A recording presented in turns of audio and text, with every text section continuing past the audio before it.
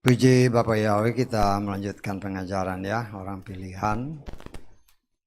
Kita akan baca, ya, kemarin belum selesai ya, Keluaran 38, kita akan baca kembali Keluaran 38. Kita baca ayat 8 ya, sampai ke 20 ya, agak panjang.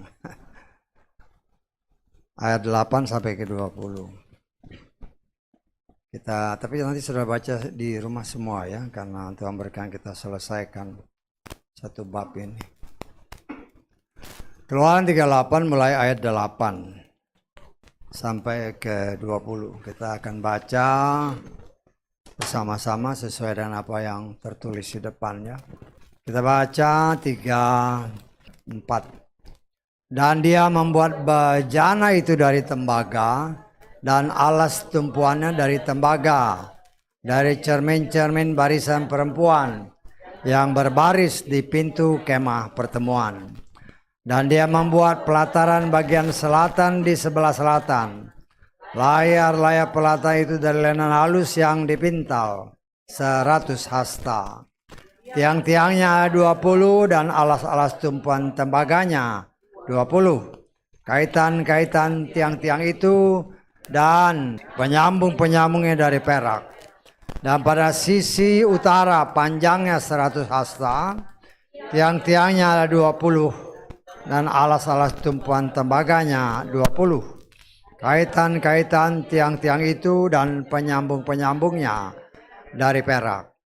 Dan pada sisi barat ada layar-layar 50 hasta, tiang-tiangnya ada 10 dan alas-alas tumpuannya 10.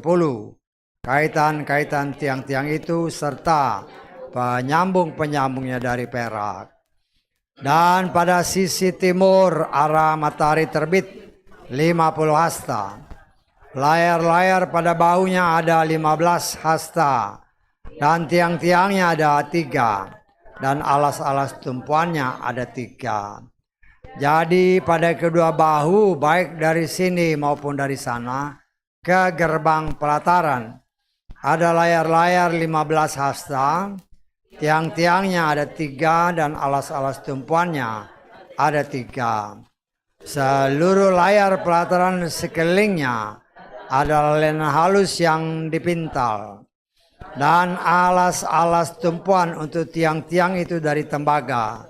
Kaitan-kaitan tiang-tiang itu dan penyambung-penyambungnya dari perak, dan salut kepala-kepala dari perak, dan seluruh tiang pelataran itu saling tersambung dengan perak.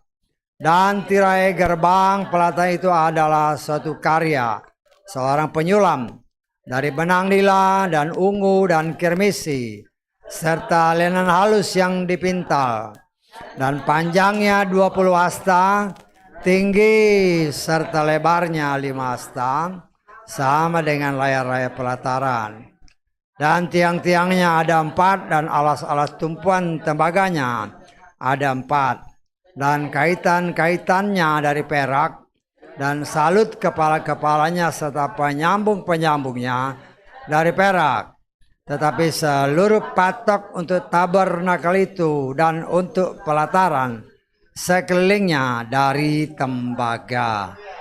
Amin. Puji Bapak Yahweh, kita mengucap syukur ya.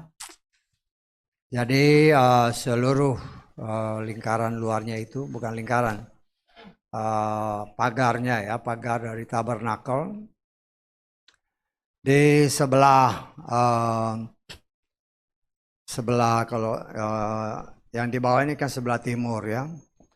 Timur berarti yang di sebelah sana sebelah utara, sebelah selatan, sebelah barat, sebelah timur ya. Jadi total panjangnya 100 tambah 50 tambah 100 tambah 50. Jadi berapa? 300 hasta ya. 300 hasta ini kalau kita baca di dalam kitab Kejadian sama dengan panjang kapal ya, yang diperintahkan Tuhan kepada siapa? Kepada Nuh, ya, untuk dibangun untuk keselamatan daripada Nuh, ya, dan keluarganya. Kita coba lihat di dalam Kejadian pasal ke-6 ayat ke-15 saja. Dan beginilah engkau harus membuatnya. Panjang bahtera itu berapa? 300 hasta, ya. 300 hasta juga siapa namanya? Henoh, ya.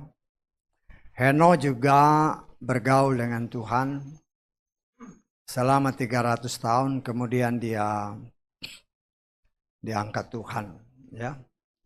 Tapi kita juga harus sangat hati-hati, ya, karena yang namanya Henoh itu ada dua, ya. Demikian juga yang namanya Lameh ada dua.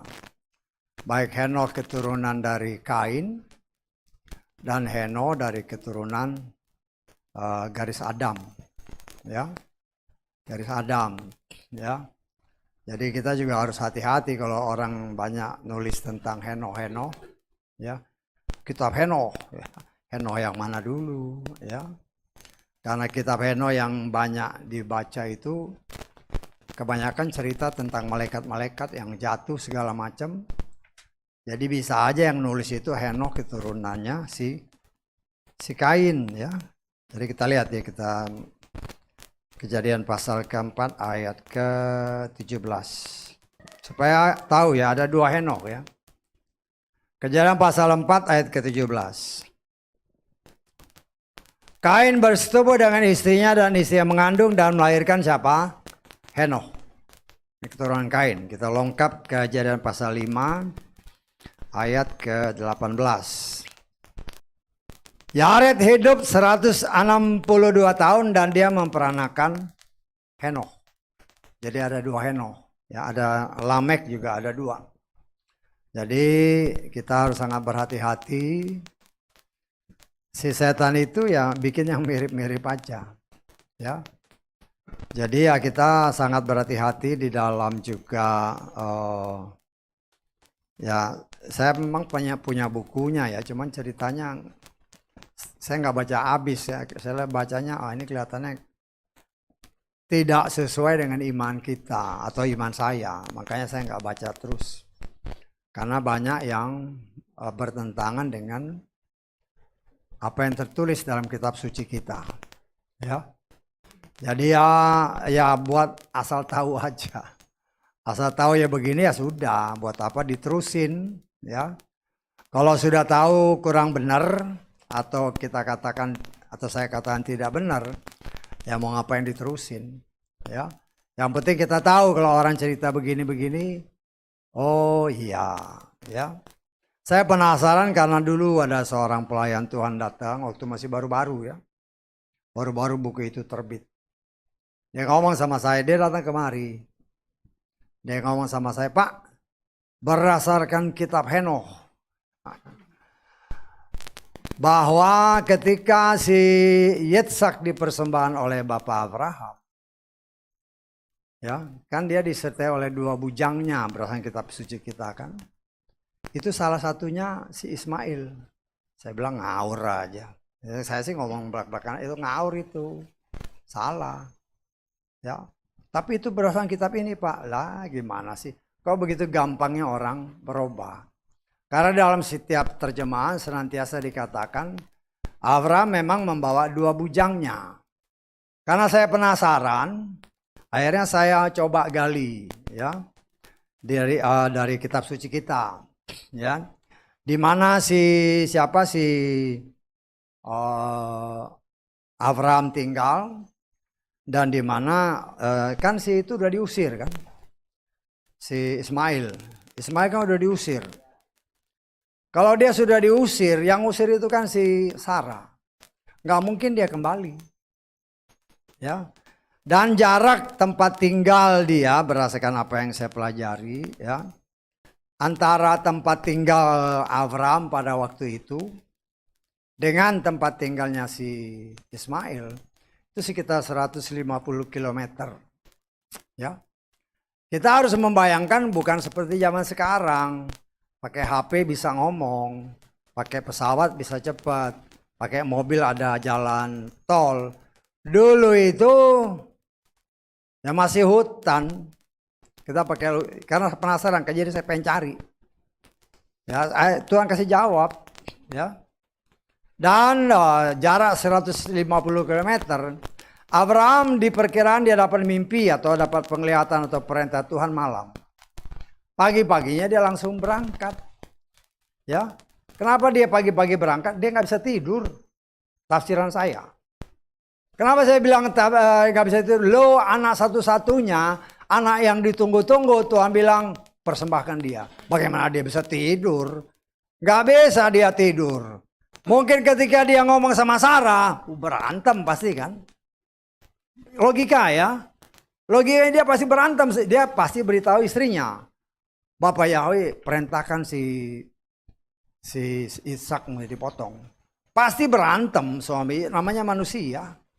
Pasti marahlah Sarah. Anak sudah ditunggu-tunggu, enak aja kau potong. Ya itu tafsiran saya. Karena itu dia perginya pagi-pagi sekali.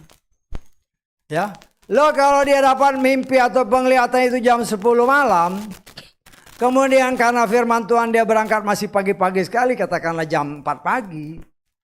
Jam 10 malam saya pengen jawab, kapan dia ngirim berita ke si Ismail? Dia nggak bisa telepon, belum ada telepon. Karena itu saya bantah itu apa yang ditulis kitab Heno. Tidak benar. Ya, jadi kita juga ya membantah, tapi juga kita harus selidiki di mana dia tinggal. Ya.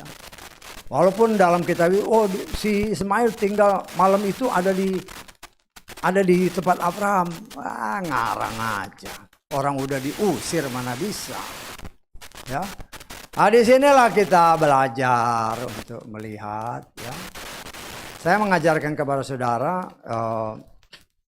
Ya kalau ada berita-berita seperti itu ya kita cek dulu dengan firman Tuhan. Ya. Segala sesuatu yang harus dicocokkan dengan firman. Sehingga kita berani membantah itu tidak sesuai. Nah dari situ saya baca kitab Heno, saya nggak tertarik lagi. Ya. Walaupun ceritanya menarik ya, ceritanya menarik. Untuk daging menarik. Dalam arti kata, dalam kitab Yasar sama kitab Heno itu. Wah, anaknya namanya ini. Wah, artinya ini. Waduh. Termasuk juga si Bileam diceritakan ininya. Ya, kalau kita mau cek antara kitab yang ditulis itu sama kitab suci kita ngawur. Ya buat saya hanya sekedar tahu. Bahwa saya sudah baca, nah saya berani memastikan kitab-kitab itu tidak benar. Ya. Apalagi ada pelayan Tuhan berani ngomong, ini kitab yang dimaksudkan dalam kitab Daniel. Lebih ngawur lagi. Sama sekali nggak ada hikmat. Ya, memang di dalam kitab Daniel dalam bab terakhir pasal 12 itu kan dikatakan kitab ini dimeteraikan sampai akhir zaman. Jadi kitab Heno, kitab Yasar dan segala macamnya ini sekarang baru diterbitkan. Pakai hikmat sedikit lah. Jangan asal cuap aja bikin sesat orang. Kenapa saya katakan begitu? Karena ya kan di dalam kitab Daniel itu kita kutip lah karena kita masuk ke sana. Sebenarnya kita pernah membicarakannya sedikit ya, cuma karena sempat ngomong begini ya kita coba ya. Daniel pasal 12. Kita baca dulu ayat keempat. Ayat keempat ya. Ayat keempat kemudian kita lengkap ayat 9. Tetapi engkau hai Daniel, sembunyikanlah firman itu dan meteraikanlah kitab itu sampai pada akhir zaman. Banyak orang akan berlari kian kemari dan pengetahuan akan bertambah. Kita baca terus saja. Kemudian aku Daniel melihat tanpa dua orang lain yang beri, seorang di tepi sungai sebelah sini dan di tepi sungai sebelah sana. Seorang berkata kepada yang mengenakan lenan yang ada di atas air sungai itu, Sampai kapan akhir dari hal-hal yang ajaib ini?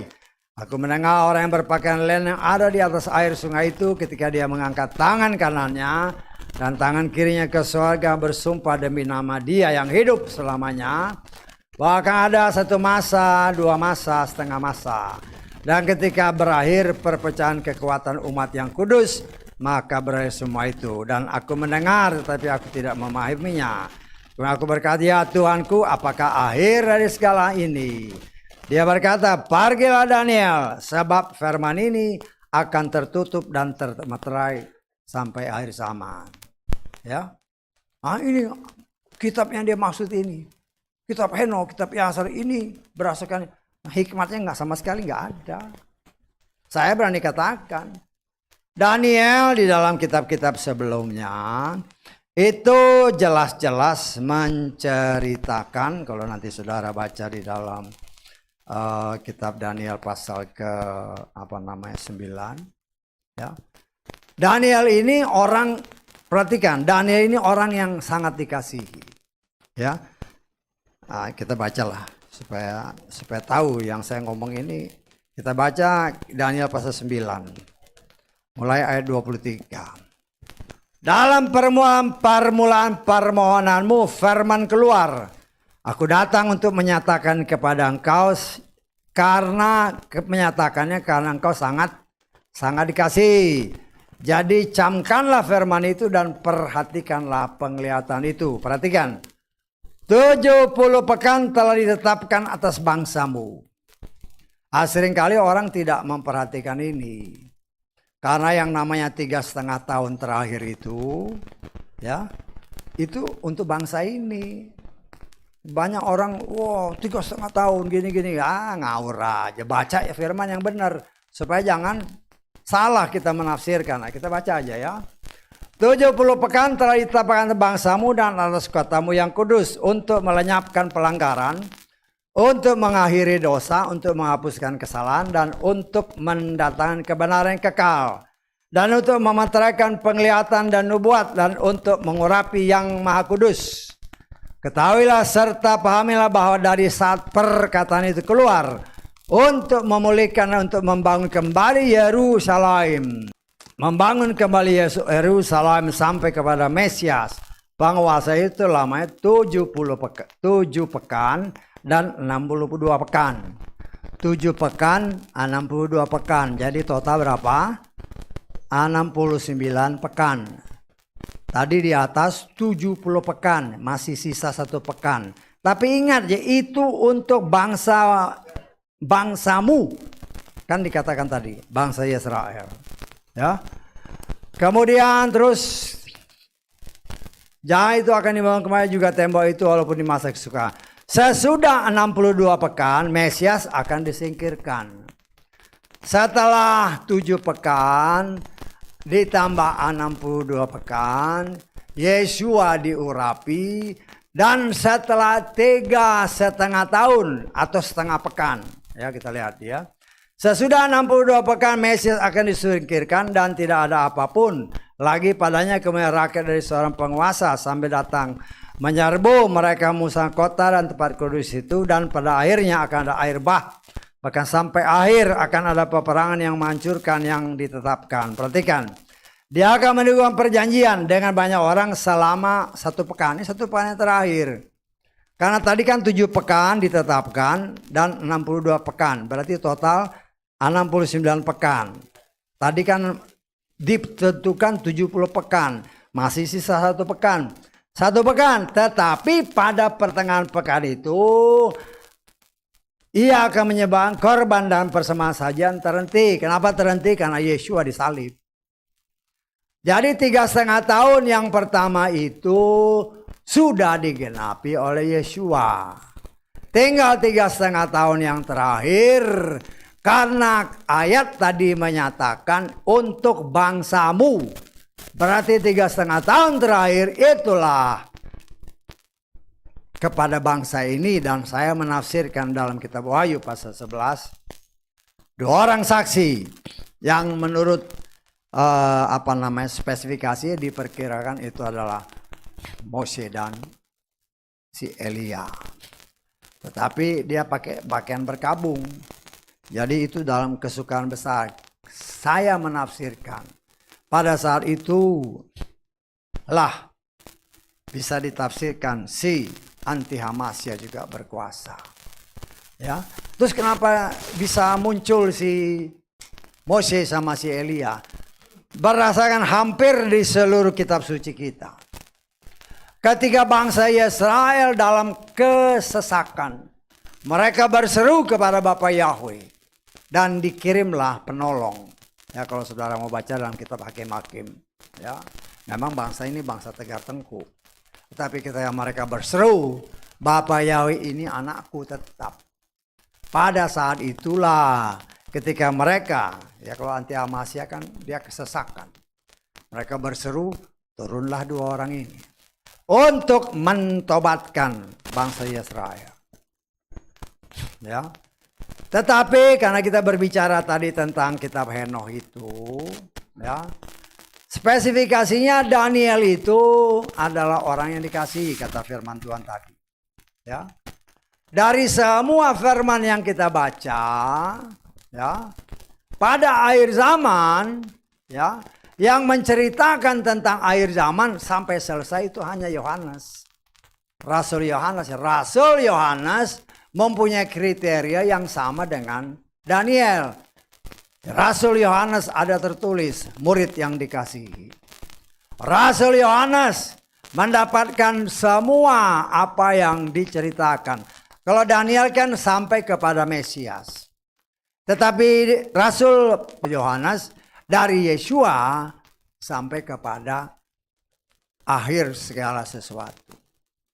Jadi kalau dikatakan ini kitab yang disebut Daniel, kitab akhir zaman, itu ngawur, nggak ada hikmat. Ya, saya harus berani katakan supaya jangan saudara salah. Karena banyak cerita-cerita. Ini kitab yang dikatakan Daniel, ngawur. Ngawur ya. Hanya Rasul Yohanes, Rasul yang dikasihi, mempunyai kriteria yang sama dengan Daniel, yang mendapatkan pembukaan sampai selesainya dunia ini. Langit yang baru, bumi yang baru. Jadi kalau dikatakan ini kitab yang disebut oleh kitab Daniel, kitab Henokh, kitab segala macam itu salah. Saya katakan itu salah. Ya. Kalau ada pelayan Tuhan yang bilang ini berdasarkan Daniel, itu ngawur. Jangan tersesat dengan penafsiran-penafsiran yang nggak benar. Segala sesuatu itu harus kita cocokkan dengan firman. Ya. Walaupun penafsiran kita itu belum tentu 100% benar. Ya, karena penafsiran kita ya nggak ada yang benar. Nanti kita tahunya yang benar itu setelah selesai semua, baru kita tahu. Ya. Lah disinilah kita melihat, karena kita tadi berbicara dengan Henokh karena 300 itu tadi kan. Artinya selama 300 tahun Henokh hidup bergaul dengan Tuhan. Dan 300 keliling daripada tabernakel ini. Tuhan menghendaki, ya salah satu penafsirannya. Karena banyak orang yang menafsirkan, oh ini 300 berarti melambangkan kehidupan kita sebagai anak-anak Tuhan harus ada di dalam kehidupan pergaulan dengan Tuhan.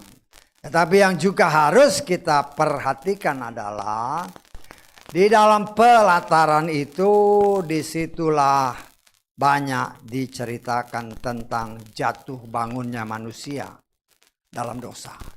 Ya, jadi cerita di dalam tabernakel ini, kalau di dalam pelataran, ya kebanyakan ya di situ. Makanya di dalam ayat-ayat tadi yang kita baca kan, di sana dijelaskan bagaimana rata-rata semua yang ada di dalam pelataran itu, alas tiang-tiangnya semua dari tembaga.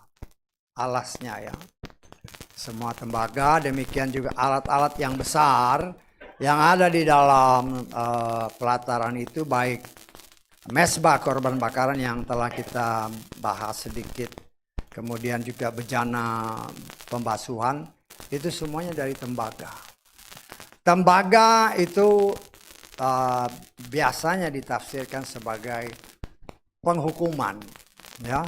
Dan kemudian karena tadi kan kait-kaitnya, tembaga itu hanya hubungan antara kayu dengan tanah ya.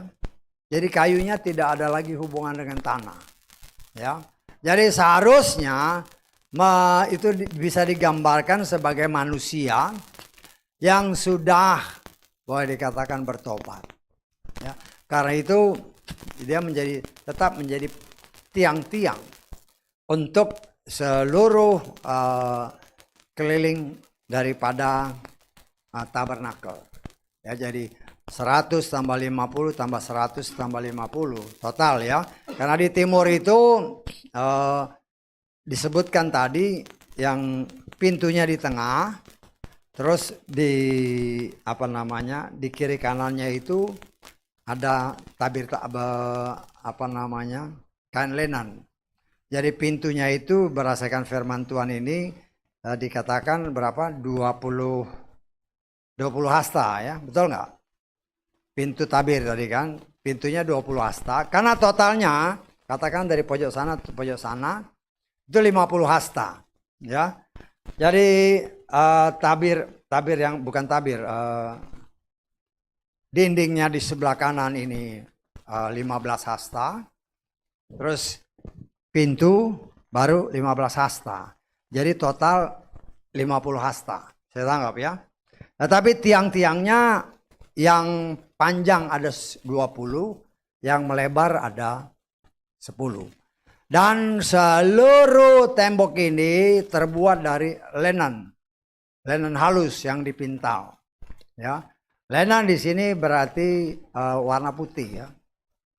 Ada satu perbedaan yang menyolok antara dunia luar dengan di dalam pelataran. Tetapi untuk pintunya sendiri hanya satu-satunya pintu, berdasarkan ayat-ayat tadi dikatakan ada 20 hasta. Pintunya ini ditutup dengan kain dengan 4 macam warna. Baik itu warna berdasarkan ayat ini adalah warna nila, warna ungu, warna kirmisi ya. Warna biru, warna ungu, warna merah, sama warna putih. Ya. Nah, itu semuanya sebenarnya menggambarkan 4 Injil. Ya. Baik itu Matius, Markus, Lukas dan Yohanes. Ya. Karena Injil inilah kabar baik yang Tuhan berikan kepada dunia. Kalau mereka tertarik, mereka masuk, ya, dibuat berwarna-warni supaya menarik perhatian manusia. Manusia ini kan kalau matanya tertarik, dia langsung mendekat. Ya, itulah yang kenapa dibuat 4 macam warna. Yang menarik, ya, sehingga dapat menarik orang untuk masuk ke dalam tabernakel. Nah, kita sudah belajar alat pertama yang ditemukan setelah masuk, ya, adalah mesbah korban bakaran. Kita sudah belajar kemarin tentang mesbah. Mesbah ini juga dibuat dari tembaga untuk membakar korban, ya. Membakar korban kalau berdasarkan ukurannya kan dia cuman berapa? 5 hasta kali 5 hasta. Kalau kita lihat tadi di sini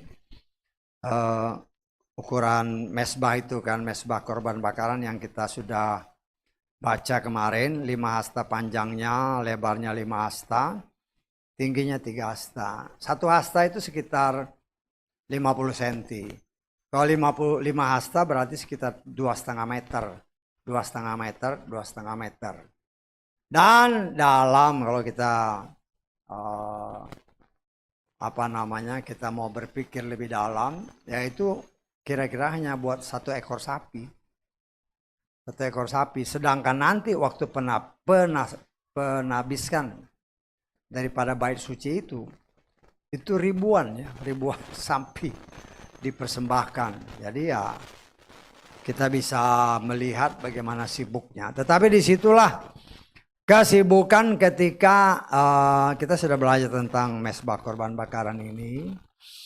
Dari sini kita bisa melihat kalau ya memang kita adalah umat pilihan Tuhan.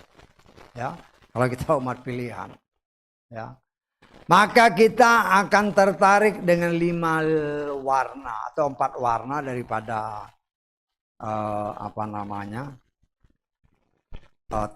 pintu masuk.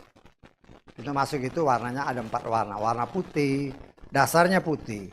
Kemudian disulam dengan warna biru, warna ungu, dan warna kirmisi. Ya, itu semua seperti yang saya katakan tadi melambangkan kitab Matius yang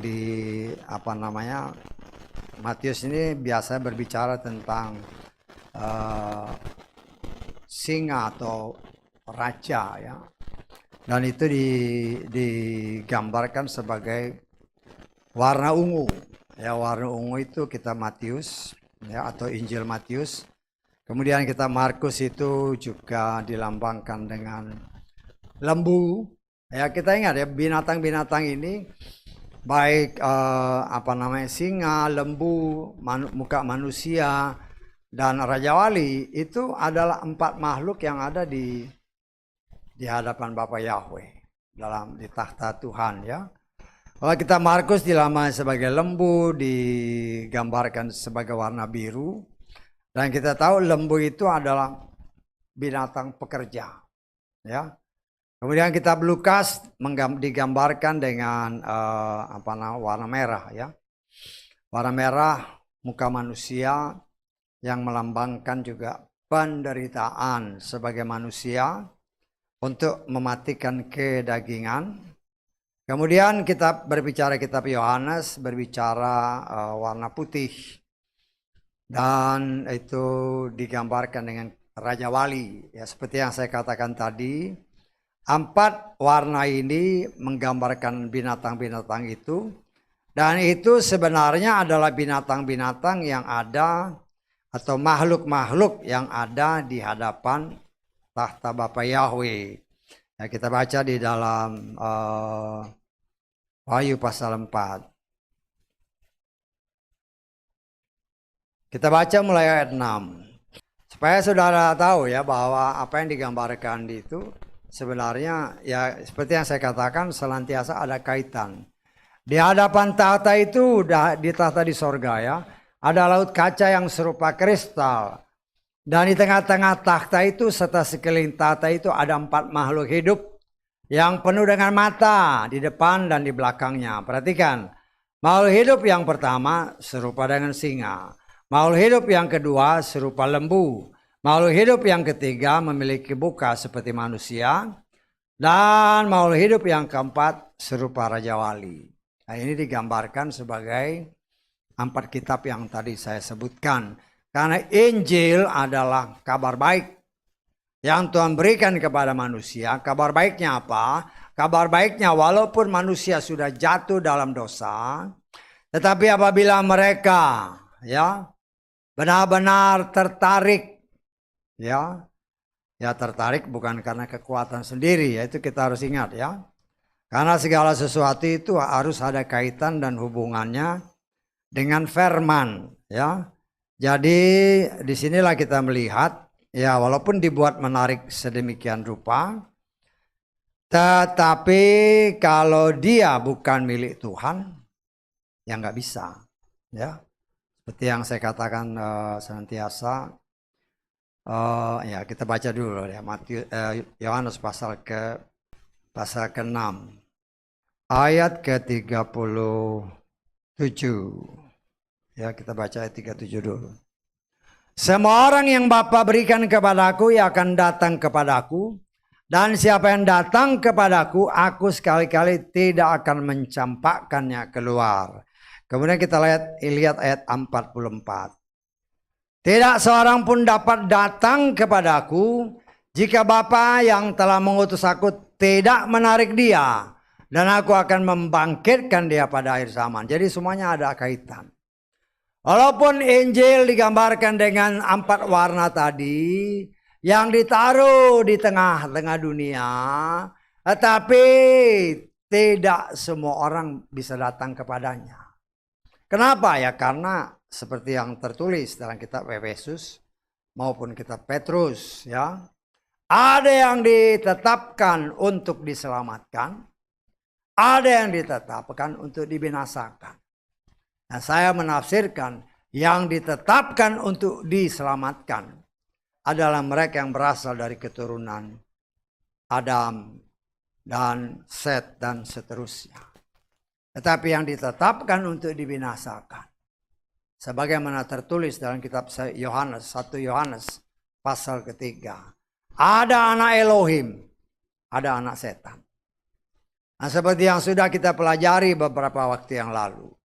Ya, mereka mungkin mendengar firman, tetapi memiliki hati seperti jalanan, sama sekali tidak ada efek. Ya, nggak ada efeknya. Ya, sehingga ada terima firman, dengar firman, ya itulah yang dikatakan oleh firman Tuhan dalam kitab Matius dan beberapa kitab yang lain. Punya telinga, tapi nggak dengar, nggak ada reaksi apa-apa. Mendengar tapi nggak ada reaksi. Melihat juga nggak ada reaksi. Lah itulah yang saya tafsirkan mereka ditetapkan untuk dibinasakan. Kenapa? Kan gitu. Karena mereka yang bisa menyelamatkan itu hanya firman. Loh, kalau firman yang mereka dengar tetapi tidak mempunyai efek apapun buat mereka, artinya kan nggak ada perubahan. Dan saya menafsirkan orang ini memang sudah ditetapkan untuk dibinasakan. Tetapi orang yang ya ditetapkan untuk diselamatkan juga macam-macam. Ada hatinya yang subur pun bisa berbuah 100, bisa berbuah 60, bisa berbuah 30. Ada yang mempunyai hati seperti semak-semak. Ada yang punya hati seperti batu-batu. Ya. Saya tidak katakan mereka tidak selamat. Tetapi itu menggambarkan karakter manusia. Ya. Hati manusia yang telah dicemari oleh si jahat. Kalau mereka kan dengar firman. Nah, mereka harus bertindak. Mereka harus menyadari, aku dengar firman kok aku nggak berubah ya. Harus koreksi diri. Mungkin dia memiliki hati, bukan hati jalanan. Kalau hati jalanan sama sekali nggak ada respon. Mungkin memiliki hati berbatu, atau memiliki hati seperti semak-semak, atau memiliki hati yang subur, tetapi hasilnya tidak 100%. Kalau mereka mendengar dan menyadari, aku kok nggak berubah ya, koreksi diri. Karena keselamatan adalah urusan pribadi. Kalau aku tidak berubah, ya koreksi diri. Jangan orang yang koreksi, kita koreksi diri. Mungkin aku hatinya berbatu, mungkin hatiku penuh dengan semak duri. Kita bertindak, sangkali dirimu. Kan Yesus bilang, kalau engkau mau ngikut aku, sangkali dirimu.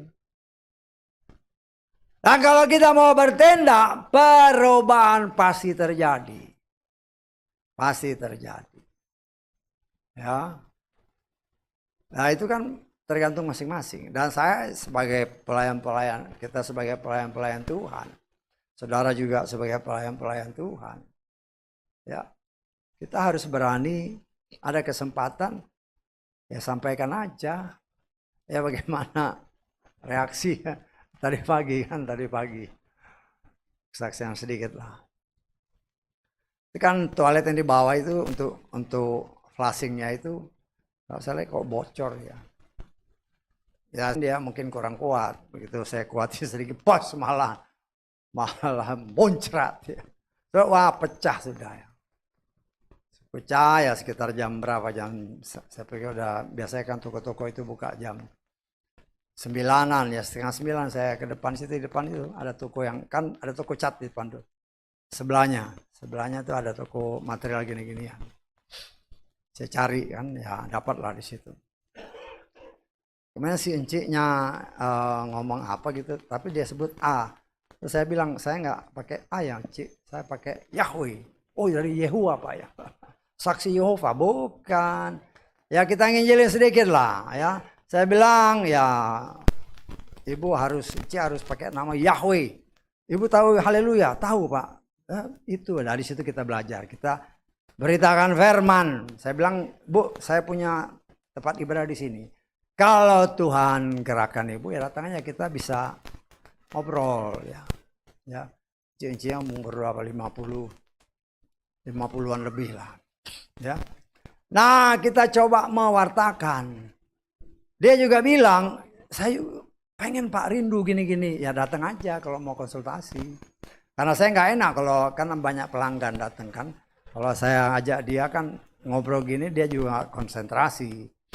Dan itulah yang senantiasa saya juga himbau kepada kita semua. Kalau ada kesempatan, ya, kalau ada celah sedikit kan itu cuma gara-gara mau beli flashing itu aja.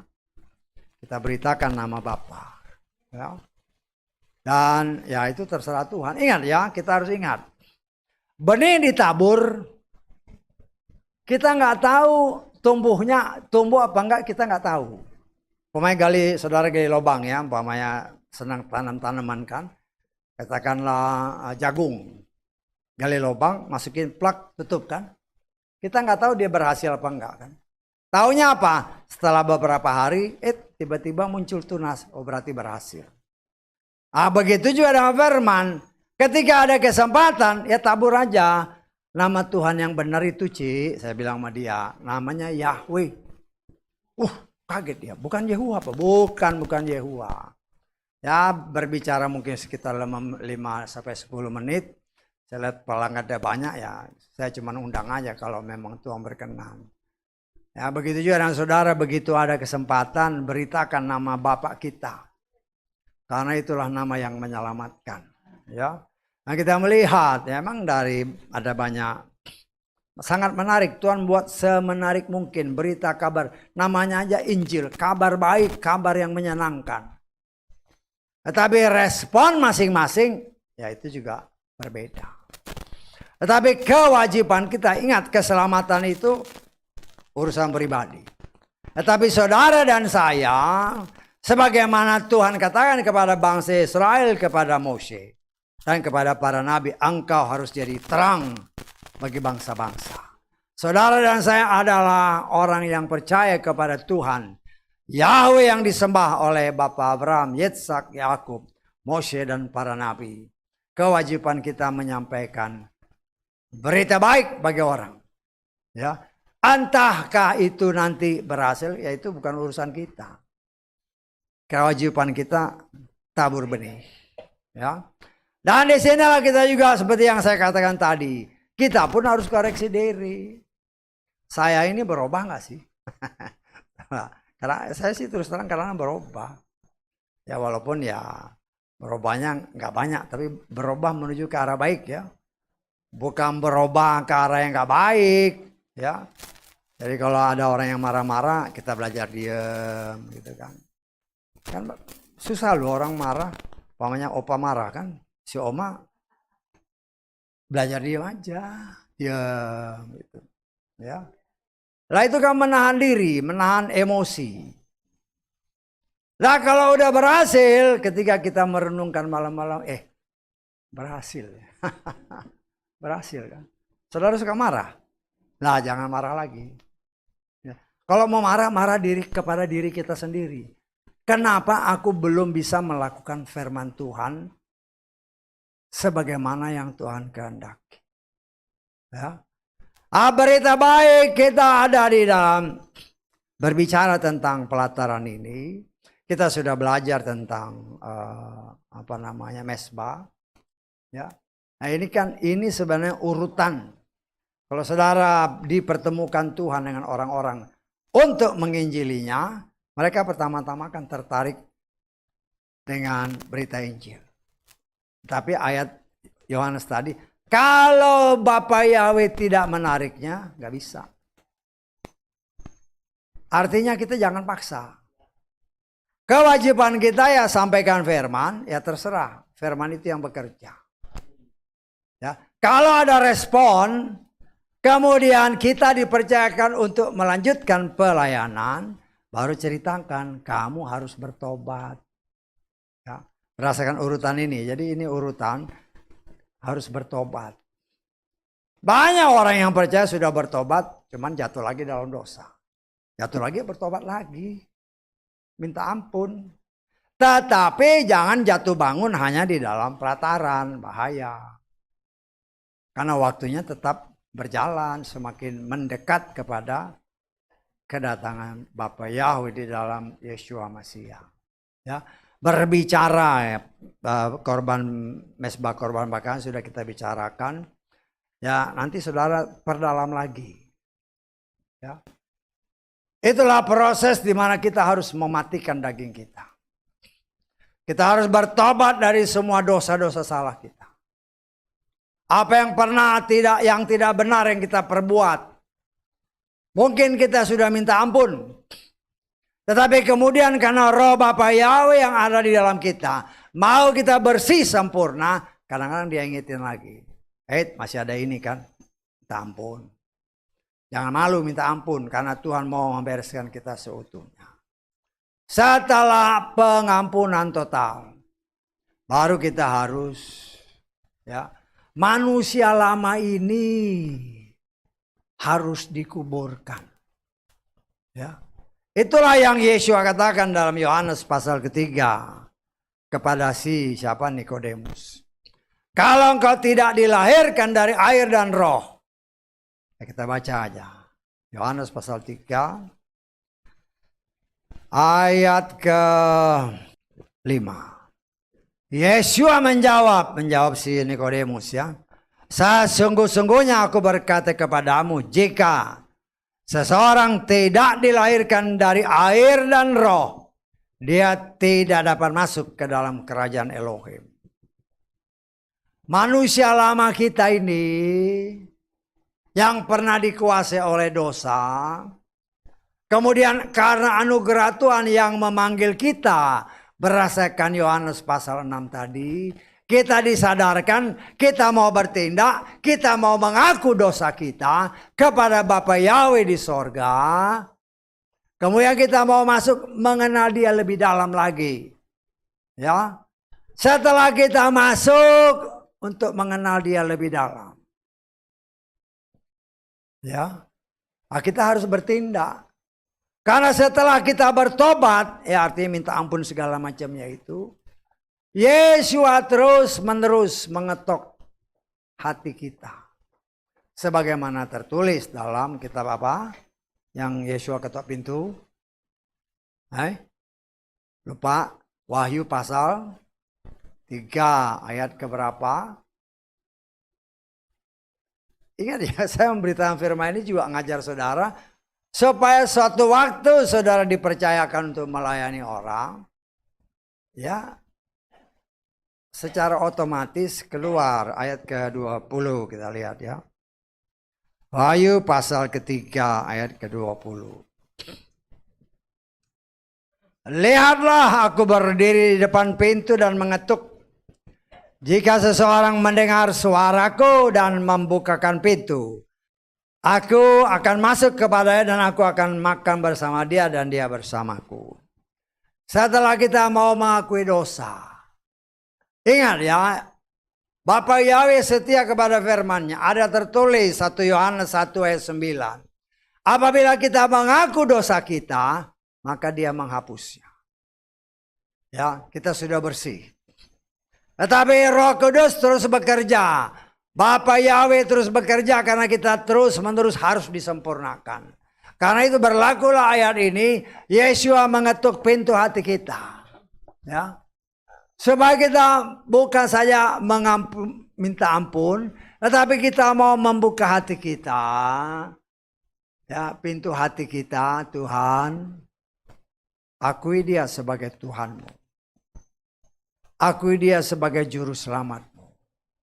Akui dia sebagai Bapakmu. Akui dia menjadi raja dalam, kita harus ada pengakuan. Ya. Dulu kan waktu ya masih SD lah, ya nggak tahu saya sekarang sekolah-sekolah sekarang kan. Kan ada, kami bangsa Indonesia. Nggak tahu sekarang. Ya. Masih ada nggak ikrar-ikrar, berbangsa satu, berbahasa satu, ya, segala macam. Sekarang nggak tahu lah, saya nggak ngerti apa masih ada. Itu ikrar ya. pernyataan bahwa saya memang bangsa Indonesia. Lah ikrah ini yang Tuhan kehendaki. Setelah Tuhan mengetuk pintu hati kita, kita nyatakan, Tuhan, saya sudah bersih, masuklah ke dalam hati saya. Menjadi raja, menjadi Tuhan saya. Menjadi juru selamat saya. Ya. Dan setelah itu kita harus bertindak. Maju terus. Apa yang dikatakan kitab Yohanes tadi pasal 3. Manusia lama kita ini harus dikubur. Ya. Semua manusia yang ada di muka bumi ini merasakan firman Tuhan. Dia dikandung dalam dosa. Ya. Dia dilahirkan dalam dosa. Dia hidup dalam dosa. Dan tidak ada dosa yang masuk surga. Karena itu manusia lama ini yang berdosa harus dengan iman, kata Roma pasal ke-6, dikuburkan melalui baptisan. Dikuburkan bersama Yeshua. Ya, tadi kan kita sudah mengaku dosa, sudah dibakar, itu sudah mati. Di dalam mesbah korban bakar. Matikanlah dagingmu, sudah dibakar. Ya. Kemudian manusia lama ini setelah mati harus dikubur. Dikubur seutuhnya. Karena itu ya dalam praktek kami kalau membaptis orang itu harus dikubur tapi jangan sampai kakinya nongol. Ada orang kan karena mau buru-buru ya atau mungkin airnya kurang dicemplungin kakinya nongol. Jangan heran kalau setelah itu masih jalan ke sana kemari. Bisa tangkap nggak maksudnya? Orang yang mati itu harus dikubur seutuhnya. Ya. Jangan ada yang nongol. Ya. Dikuburkan melalui baptisan kalau nanti saudara baca dalam Roma pasal 6 bersama Yeshua. Ya, dikuburkan dalam air, berbicara firman. Berbicara firman, berbicara Yeshua. Dikubur seutuhnya. Kemudian dikatakan dalam Yohanes pasal 3 tadi, kalau engkau tidak dilahirkan dari air, kalau engkau tidak dilahirkan dari firman. Ya, berbicara air, berbicara firman. Ketika kita dikubur, keluar dari air, lahir dari firman. Inilah yang namanya lahir baru. Ya. Ketika lahir baru, ketika keluar dari air, Yeshua ada tertulis dalam Matius pasal 3. Ada suara yang terdengar, inilah anakku yang kukasihi. Kepadamulah, kepadanyalah aku berkenan. Setelah kita jadi anak, ada tertulis, ya, karena engkau anak, maka apa? Tuhan menganugerahkan kepada kita apa? Roh Kudusnya. Ingat ya, itu urutan-urutannya yang juga harus kita mengerti. Karena suatu saat nanti ya apabila kita dipercaya oleh Tuhan untuk melayani jiwa-jiwa ini, nah ayat-ayat ini harus kita mengerti. Kita baca Efesus pasal 1 ayat ke-13. Di dalam Dia pula kamu yang mendengar firman kebenaran, yaitu Injil keselamatanmu, di dalam Dia pula karena percaya kamu telah dimeteraikan dengan Roh Kudus dari suatu janji. Ya, kita baca di Galatia pasal ke-4 ayat ke-6. Dan karena kamu adalah anak, Elohim telah mengutus Roh Putranya ke dalam hatimu yang berseru, Aba ya Bapa. Ketika kita keluar dari air, lahir baru, lahir dari firman, Karena engkau anak, maka dia berikan kepada kita Roh Kudusnya. Dimeterai kata Efesus tadi. Dicap, ini anakku. Di dalam alam roh setan lihat, ini anak Bapa Yahweh. Dalam alam roh. Setan tidak rela kalau orang yang pernah dia kuasai diambil oleh Tuhan. Setan nggak? Karena itu Yesus kasih contoh. Setelah dia dibaptis, dia dicobai oleh setan. Karena itu orang yang baru dibaptis, kalau engkau dicobai, ikuti teladan Yesua. Ada tertulis kata firman Bapa Yahweh. Ya, orang yang dibaptis itu orang yang menjadi milik Bapa Yahweh. Itulah yang menjadi sasaran dari setan. Karena setan tidak rela manusia yang pernah dia miliki dirampas oleh Tuhan dengan caranya. Melalui pertobatan kita. Karena di dalam kita ada benih Bapa Yahweh yang lebih dominan daripada benih sejahat. Tetapi setelah kita menjadi anak, diadopsi sebagai anak, dimeteraikan dengan Roh Kudus, setan memang tidak bisa menjamah kita.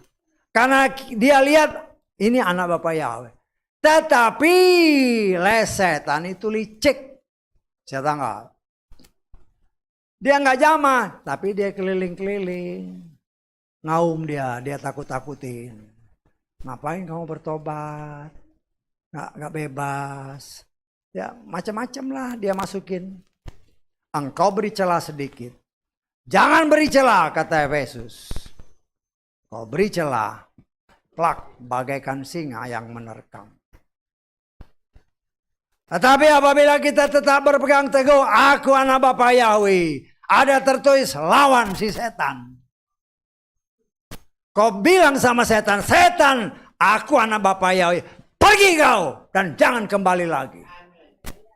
Dan dia tidak akan pernah bisa jamah. Karena itu jangan beri kesempatan kepada setan. Bukan lagi waktunya kita bertoleransi sama pekerjaan setan. Ya, tapi aku nggak merasa singa-singa. Ya iya. Hamasia-hamasia palsu pun bermunculan. Dengan berbagai macam tawarannya. Ya, ngapain ibadah jauh-jauh? Kan sering kali saya dengar itu kan. Di sini kan dekat, berapa ratus meter. Sama aja lah setan. Dan memang banyak yang berhasil. Akhirnya keluar, sama aja kok. Ya sudah. Ya. Dan saya menafsirkan. Ya. Orang-orang yang seperti ini. Yang tadinya sudah mengenal Tuhan dengan benar.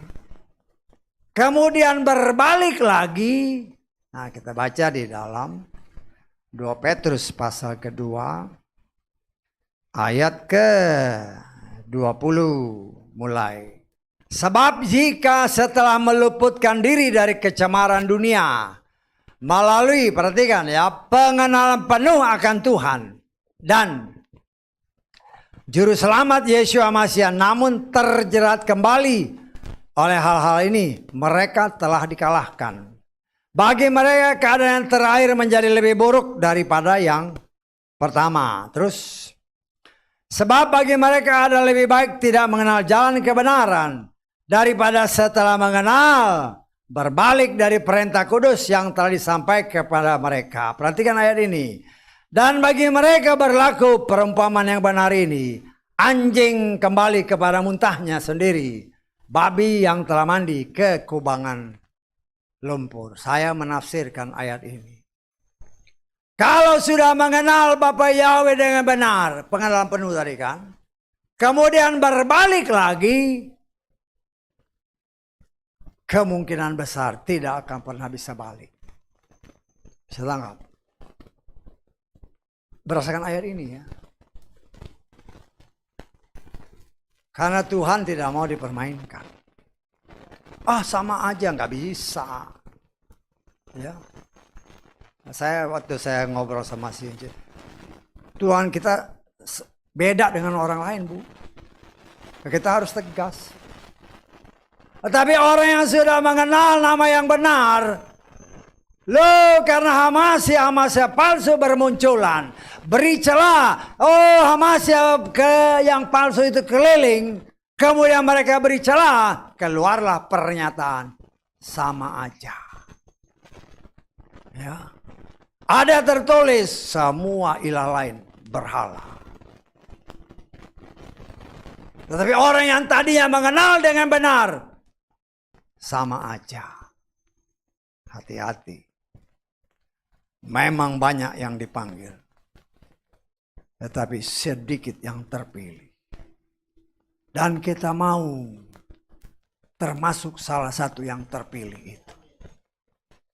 Karena itu bagaimana perjuangan kita. Ya. Itu kan tergantung masing-masing. Ya. Tapi saya sebagai pelayan Tuhan, saya mengingatkan kepada kita semua. Saya berdoa bagi kita semua. Baik yang hadir secara rutin di tempat ini, yang hadir mengikuti ibadah melalui streaming, saya berdoa bagi mereka. Ya. Dengan segala keterbatasan, mungkin jarak dan berbagai macam alasan lain, saya hanya bisa berdoa, Tuhan, biar apa yang sudah diwartakan dari tempat ini benar-benar membuat umat-Mu yang mendengar kebenaran yang dinyatakan.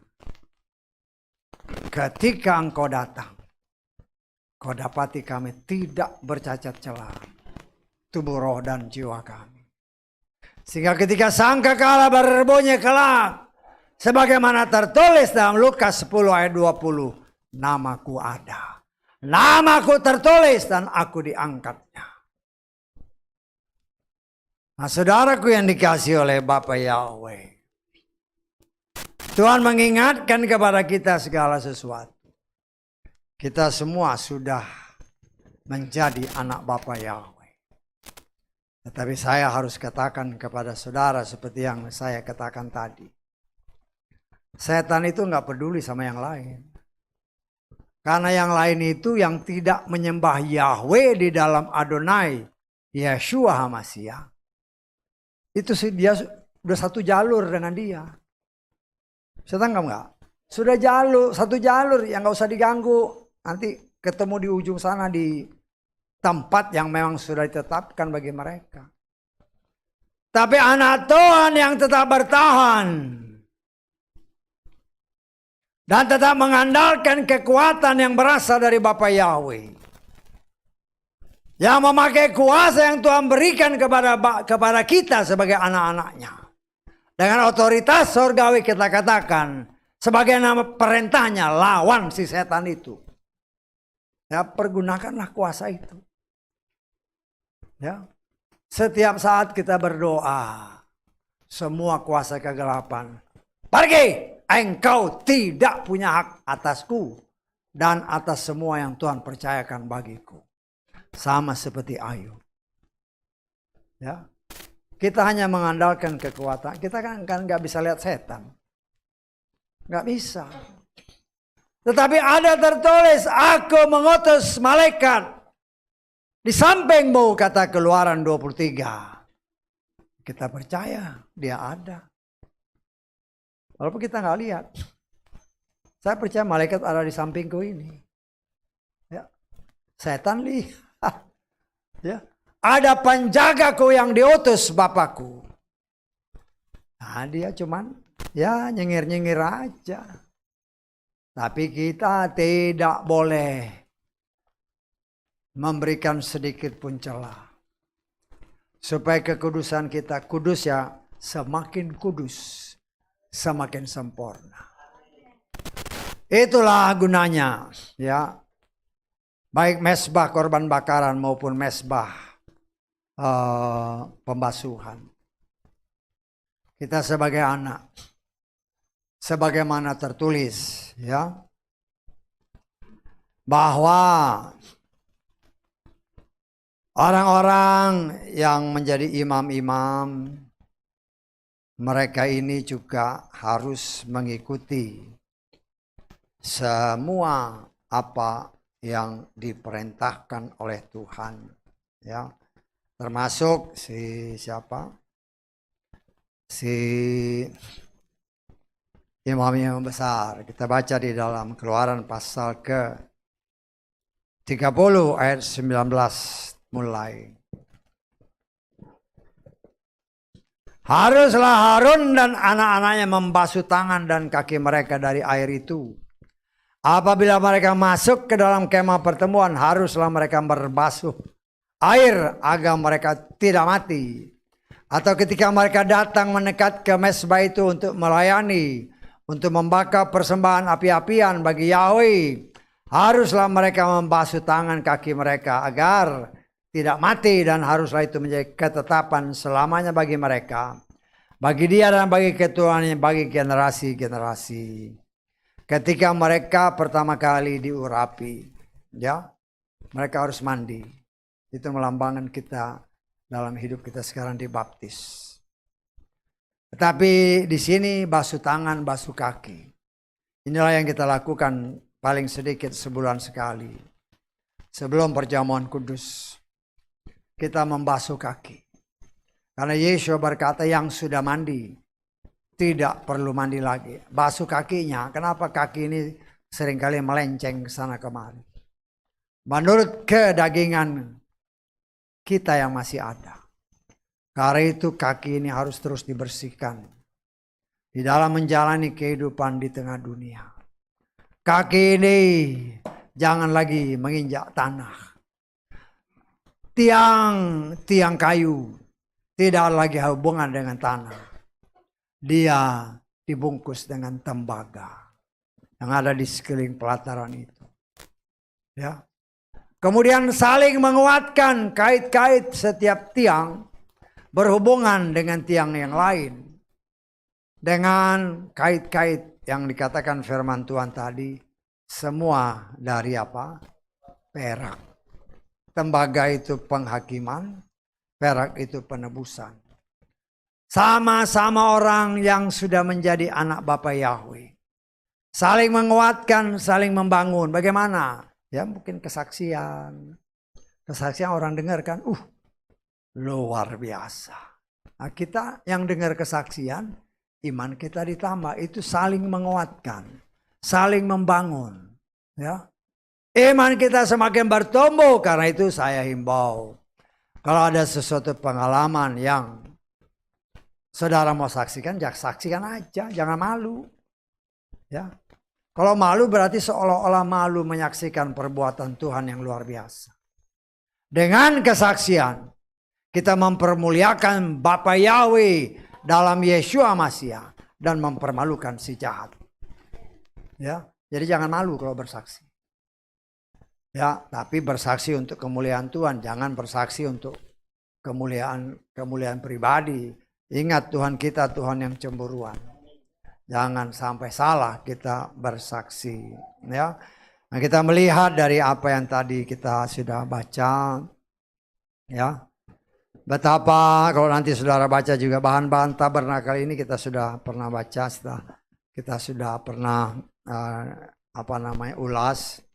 Ya, betapa banyaknya emas, betapa banyaknya perak, betapa banyaknya tembaga, betapa banyaknya kayu-kayu, semua yang dibutuhkan. Melebihi apa yang Tuhan persiapkan, melebihi apa yang dibutuhkan. Ya. Itulah cara Tuhan untuk membangun kehidupan pertumbuhan rohani anak-anaknya. Tuhan senantiasa menyiapkan lebih daripada apa yang kita butuhkan. Untuk supaya iman kita terus bertumbuh. Iman kita semakin hari semakin disempurnakan. Ingat ya, level iman kita nggak tahu sampai di mana. Hanya Tuhan yang tahu level ini ini standarnya ini. Nah, kalau sudah masuk standar ini, pasti diangkat. Hanya masalahnya kita nggak tahu levelnya di mana. Karena itu walaupun kita tidak melihat secara mata jasmani, tetapi mata iman kita melihat dan kita harus dengan sepenuh kekuatan tubuh roh dan jiwa kita. Aku mau level imanku harus melebihi standar yang Tuhan tetapkan karena saya mau terangkat. Ya, jangan merasa saya kayaknya udah masuk level. Ya, kemudian main seenaknya nggak bisa. Ya, kita harus semakin hari terus maju. Ya, terus maju dengan menjalani hidup ini. Ingat, engkau dan saya adalah pilihan Tuhan. Jangan sampai mengecewakan Dia. Ya, bagaimana kita mengecewakan kita sengaja ataupun tidak sengaja? Memikirkan, memperkatakan, melakukan hal-hal yang tidak seutuhnya sesuai kehendak Tuhan. Saya katakan tidak seutuhnya. Ya. Karena saya percaya ketika kita mau melakukan sesuatu yang kelihatannya kurang baik atau memperkatakan sesuatu yang kurang baik, roh di dalam kita kan akan berbicara. Jangan ngomong gitu. Jangan lakukan itu. Ya. Tetapi daging kita ini karena masih beri kesempatan, ya nggak apa-apalah sedikit-sedikit. Ya itu yang bahayanya di situ. Ya, pokoknya ibadah kan, ibadah ini mulai pertimbangan kan. Aduh ini perlu di sana juga ada ibadah, ya macam-macam lah. Ya mulai bernegosiasi. Ya. Nah di situ kan tergantung pergumulan kita masing-masing. Ya. Saya atau kami, saya paling sedikit saya dengan istri saya lah. Ya. Di luar ada pesta keluarga sekalipun, ada ibadah dulu. Bisa tahu nggak maksud saya? Ibadah itu perlu karena itu hidupku. Selesai ibadah, kalau masih sempat ya datang. Kalau nggak sempat ya WA aja, sorry ya. Tetapi kan itu tergantung masing-masing. Ya, nggak enak lah, ya udah. Mulai bertimbang rasa. Ya. Kalau saya, ya saya sayang Tuhan. Saya mengasihi Dia. Bukan saya nggak sayang keluarga saya. Tapi kalau ada apa-apa pas ada ibadah, aku harus ibadah dulu. Baru yang lainnya, ya nanti bagaimana Tuhan. Ya. Saya harus mengajar diri saya. Saya ya, bukan saya kata, ini nyinggung gue nih. Bukan. Bukan. Saya menyaksikan saya nih. Yang kami lakukan belakangan ini kalau harus milih kan. Bagi saya bapakku dulu. Nanti kalau sempat baru datengin. Ataupun kalau terlambat kan juga nggak masalah kan. Tapi don't take me wrong ya, jangan sampai ini pas kebetulan karena kebetulan ada yang ikut pesta kan. Bukan itu. Itu maksud saya, saudara juga harus mempunyai pikiran seperti itu. Mana yang aku dahulukan? Saudara memang saudara, keluarga memang keluarga. Tapi dalam hal-hal tertentu, saya belajar atau saya mengajar diri saya, utamakan Tuhanku. Kalau ada waktu, walaupun harus terlambat, no problem. Ya. Jangan salah tafsir. Karena kebetulan saya ngomong begini, saya baru ingat ada ikut pesta, ya bukan masalah itu. Tapi ya itu urusan kita masing-masing.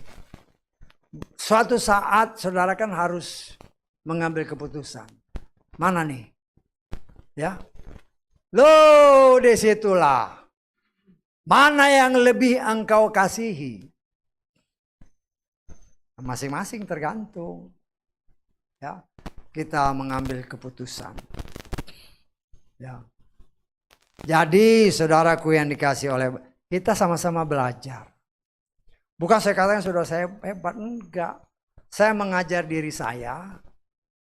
Kalau toh harus datang salah satu, mulai kan, udah kamu aja.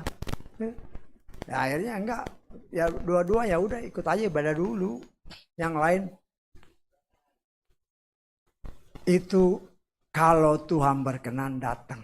Kalau enggak berkenan, ya sudah. Ya. Kalau ada pekerjaan, ya kerja itu kan perintah Tuhan.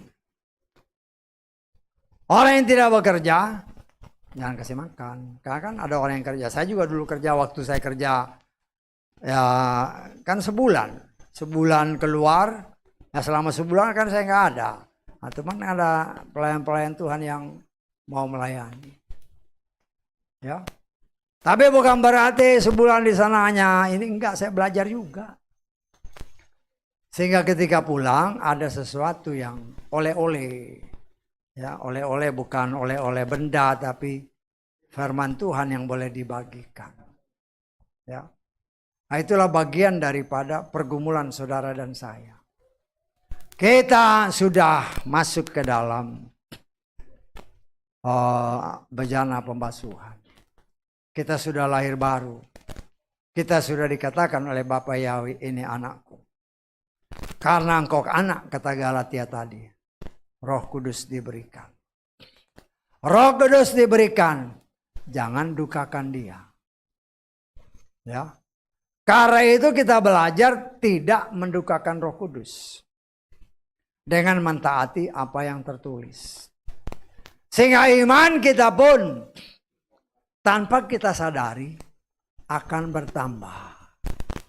Sehingga sampai kepada titik kesempurnaan. Ya. Sehingga hidup kita tenang-tenang aja. Kan hidup tenang kan enak kan? Ya.